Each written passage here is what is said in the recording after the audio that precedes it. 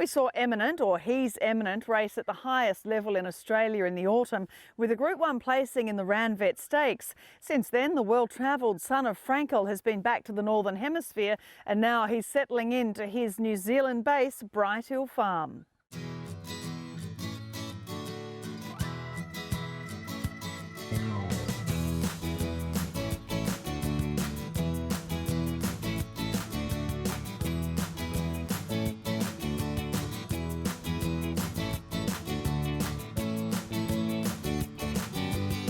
Fabulous being here at Brighthill Farm again, and it's really good to see the boys here. Benji, obviously Harry, he's just come back to help working for NZB, but Benji winning a Young Achievers Award too through New Zealand Thoroughbred Breeders. It's a real compliment to what you're doing here at the farm.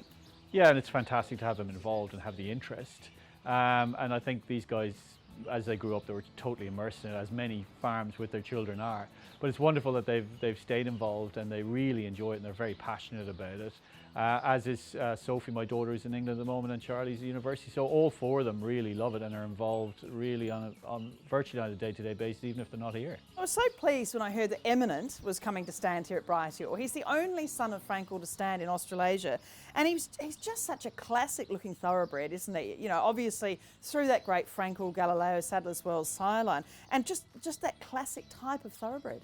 Absolutely. I mean, he's obviously a horse that had a lot of media attention here in New Zealand, being raced by Sir Peter Vella and of course Hubie de Burgh as well. But with Sir Peter Vella's involvement and running in the Derby and a son of Frankel, so I guess he was always one day going to come to New Zealand. But when we were asked recently would we stand, and we were absolutely delighted.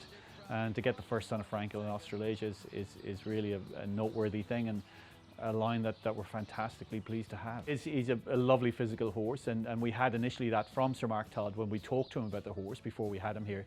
He said he was one of the nicest moving horses he'd ever ridden, and as we know, both racing and equestrian, he's a proper horseman. So and we can see that when the horse moves. He's just, for a bigger horse, he's so athletic and he floats across the ground. So you can see why he was a good racehorse with that physique. It reminds me of like the high chap sort of line of that. He's a leggy sort of horse and really covers some ground. Absolutely, and this is why he was such a good horse from a mile to 2,000 metres. He has a beautiful action and beautiful stride. We've had that both from Ryan Moore and James MacDonald, who both rode him and waxed lyrically about him, and particularly about his action and his ability to get over the ground. So you can see that it's evident in him.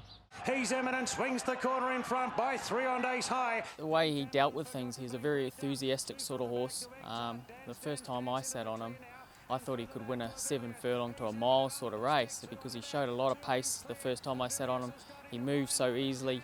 Like I said, very enthusiastic. It was the mind on the job, and he just did everything so easily. When you're going 15s, it just felt like you were going so slow, and throughout his whole his work, he just did it really nicely. And I thought he showed a lot of courage the first time he stepped out on Australian soils.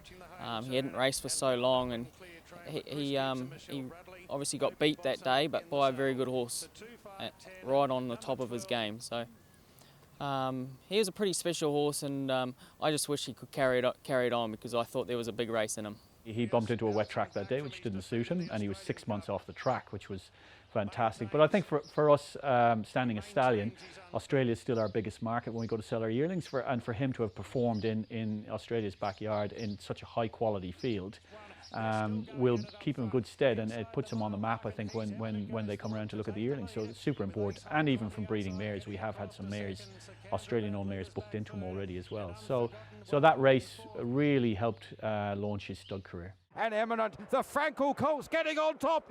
Most of the big farms have come on board straight away without any hesitation. And I think we've all had great support from Sir Peter Vella with our stallions over the years, so it didn't take a lot. And it's such a lovely horse as well, but we've got Cambridge Stud and Windsor Park, and Gordon Cunningham's taken a share. A lot of really good Valachi Downs, a lot of the really good farms here in New Zealand.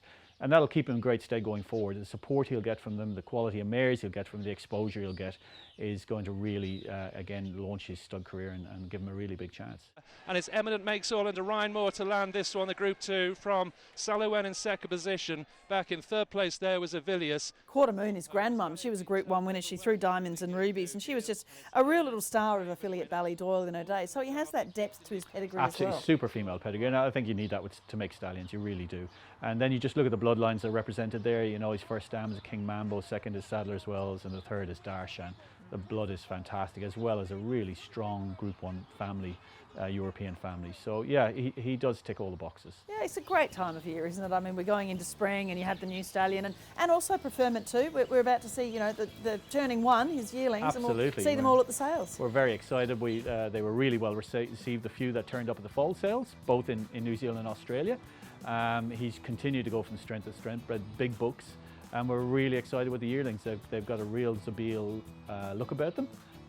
Really nice types, great temperament, so we can't wait to get them to the yearling sales and then race horses after that.